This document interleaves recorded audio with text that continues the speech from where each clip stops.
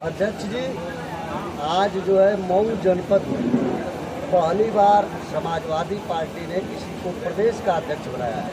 क्या मऊ को आपके बाद जो यह कार्यक्रम आज शुरू हुआ है लीडरशिप का, क्या जो खत्म हो गया था मऊ का लीडरशिप उसमें जान आ जाएगी? देखिए, सबसे पहले मैं समाजवादी पार्टी के राष्ट्रीय अध्यक्ष आदरणीय अखिलेश यादव जी का विशेष तौर से धन्यवाद देना चाहता हूं कि उन्होंने मुझ पर भरोसा जताया और इतनी बड़ी मुझे दी है। और मैं ये विश्वास दिलाना, आपके माध्यम से विश्वास दिलाना चाहता हूं कि जो जिम्मेदारी उन्होंने मुझे दी है उसे जिम्मेदारी से निभाने का काम करूँगा। देखिए, समाजवादी पार्टी ने हमेशा नौजवानों को आगे बढ़ाने का काम किया। समाजवादी पार्टी में जब नेताजी रहे हों या फिर उसके बाद आदरणीय अखिलेश यादव जी, जो गरीब किसान मजदूर का बेटा जिसके अंदर क्षमता होती है नेतृत्व करने की, उसे समाजवादी पार्टी प्लेटफॉर्म देकर आगे बढ़ाने का काम करती है।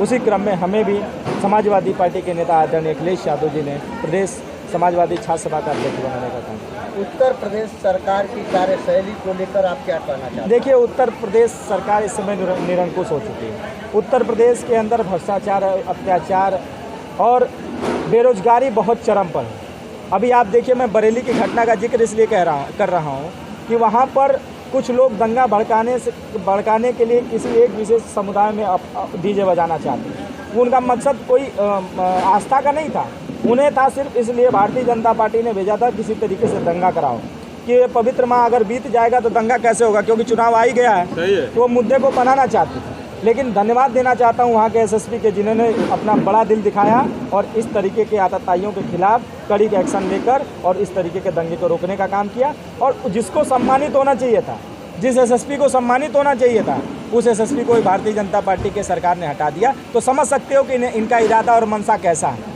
ये कोई आस्था से कहना है कि पार्टी जो है भारतीय जनता पार्टी दंगा करा रही है। और बिल्कुल अगर एसएसपी को हटाया तो मुद्दा क्या था? केवल मुद्दा यही तो था कि दंगा कराने वालों के ऊपर एक्शन किया और कार्रवाई की। आखिर क्या था? अभीपुर आप बताइए ना, मणिपुर की घटना, इतनी बड़ी घटना, क्या देश शर्मसार नहीं हुआ इस घटना से? आज लोग कहते हैं कि देश मजबूत हाथों में है। अरे मैं तो कहता हूं कि देश मजबूत हाथों में है। मोदी जी के बस का नहीं है देश चलाना।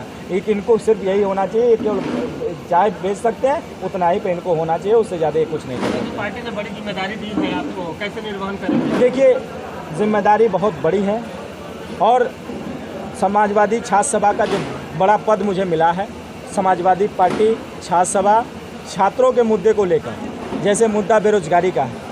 आज नौजवान उत्तर प्रदेश के अंदर और देश के अंदर बड़ी संख्या में बेरोजगार घूम रहा है। डिग्रियां तो ले लिया है लेकिन नौकरी का पता नहीं। नौकरी कभी पेपर लीक आउट हो जा रहा है, भ्रष्टाचार के हत्थे चढ़ जा रहा है। तो बेरोजगारी सबसे बड़ा मुद्दा है। और आज बताइए, पिछड़े वर्ग के नौजवानों को, दलित वर्ग के नौजवानों को छात्रवृत्ति नहीं मिली। आप पता करिए सरकार से कि छात्रवृत्ति कहाँ गई उन नौजवानों की। और जो जीरो फीस का मुद्दा है, जो जीरो फीस पर पहले दलित छात्रों का एडमिशन हो जाता, पढ़ाई हो जाती थी, वो अगर गरीब परिवार का भी होता था तो पढ़ लेता था, उसको भी बंद करने का काम ये भारतीय जनता पार्टी ने किया है। तो इन सब मुद्दों को लेकर हम सड़क पर लड़ने का काम करेंगे और मुझे भरोसा है कि इस बार नौजवान और देश की जनता इस बार इंडिया के साथ चलेगी और इंडिया को जिताने का काम करेंगे। छात्र नेता रहे पहले भी और छात्र नेता प्रदेश अध्यक्ष बनाए गए, लेकिन देखा जा रहा है जिस तरह ग्रेजुएशन में सेमेस्टर बाई सेमेस्टर कर दिया गया है, जो कि फीस उसकी अधिक हो चुकी है, जिसकी वजह से काफ़ी छात्र अपनी पढ़ाई छोड़ चुके हैं। इसको लेकर आप क्या? देखिए, भारतीय जनता पार्टी का तो सबसे बड़ा मुद्दा यही है कि किसी तरीके से शिक्षा रोक दो, क्योंकि अगर नौजवान शिक्षित हो जाएगा तो रोजगार मांगेगा। अगर नौजवान शिक्षित हो जाएगा तो रोजगार मांगेगा और रोजगार इनके पास देने की क्षमता तो है नहीं। इसलिए वो किसी न किसी रूप में क्या नाम है, शिक्षा को महंगी करते जा रहे हैं। अभी बताइए, विश्वविद्यालय का हमारे पास कई नौजवान हैं, 400 गुना फीस बढ़ा दी गई है। बताइए, किसानों की आमदनी क्या है? इन्होंने किसानों के धान के रेट को बढ़ाया, किसानों के किसी भी उपज के रेट को बढ़ाया और फीस जो विश्वविद्यालयों की फीस है उसको 400 गुना बढ़ा दिया। तो सोचिए, गरीब किसान का, मजदूर का बेटा कैसे पढ़ाई करेगा? अगर डॉक्टर बनना चाहे गरीब का बेटा तो आज के दिन में बन पाएगा? 1 करोड़ तक की फीस चली गई है। तो ये भारतीय जनता पार्टी का मुख्य मुद्दा है कि किस तरीके से पिछड़े, दलित, शोषित लोगों को शिक्षा से वंचित कर दिया जाए। न वो शिक्षित होंगे, न हमसे सवाल करेंगे और न ही रोजगार मांगेंगे। ये भारतीय जनता पार्टी का सबसे बड़ा मुद्दा है। महंगाई चरम सीमा पे और टमाटर ठेले से गायब है। देखिए भाई, महंगाई तो बहुत ज़्यादा है, लेकिन भारतीय जनता पार्टी के पास इस समय सीमा हैदर आ गई है। टमाटर की चर्चा नहीं है। प्याज की चर्चा नहीं है, लहसुन की चर्चा नहीं है, लेकिन चर्चा किसकी है? सीमा हैदर की। क्या वो जरूरी है इस देश के लिए? आपका विषय है, आपके इंटेलिजेंस का विषय है, आप मुद्दा बनाते हो देश के लिए। देश इस समय महंगाई की मार झेल रहा है, टमाटर महंगा हो गया, सब्जियां महंगे हो गए, दाल महंगे हो गए, और बताइए उसको मुद्दा नहीं बनाते हैं सरकार। ये जो आप तो यूट्यूबर हैं, आप जो है चैनल, छोटे चैनल वाले हैं, बड़े चैनल वाले भारतीय जनता पार्टी की पूरे ठेका लेके बैठे हुए हैं। वो उनके पास मुद्दा नहीं है बेरोजगारी का डिबेट करने का, ना महंगाई पे डिबेट करने का, ना अत्याचार पे डिबेट करने का।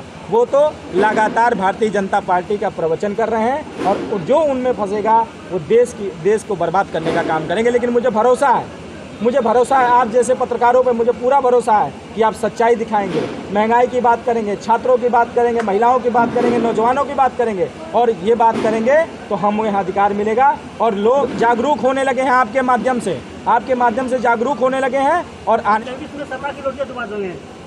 ओम प्रकाश के बेटे नेता हैं, आप नेता मानते हैं, उनकी बातों को ज़्यादा सीरियस मत लीजिएगा। उनके पिताजी उनकी कसम खा के कहे थे कि हम कभी भारतीय जनता पार्टी में नहीं आएंगे। भाई अपने बेटे की ही कसम खा के तो कहे थे। उन्होंने ये भी तो कहा था कि जो भारतीय जनता पार्टी में पिछड़े समाज के नेता है वो लीडर नहीं लोडर हैं। अब क्या है, वो लोडर ही बनने तो वहाँ गए हैं। उन्होंने कसम खाई थी कि भगवान भी प्रकट होकर आकर कह देंगे तो हम भारतीय जनता पार्टी में नहीं जाएंगे। तो उनको सिर्फ सत्ता से मतलब है। वो कभी अपने समाज की लड़ाई, पिछड़ों की लड़ाई, उसके न्याय और अधिकार की लड़ाई कभी नहीं लड़ना चाहते। वो अपने परिवार को और अपने जो भी अपने परिवार है उनको सत्ता में रखना चाहते हैं और मलाई काटना चाहते हैं। इसके अलावा उनके पास कोई मुद्दा नहीं है। धन्यवाद। बहुत बहुत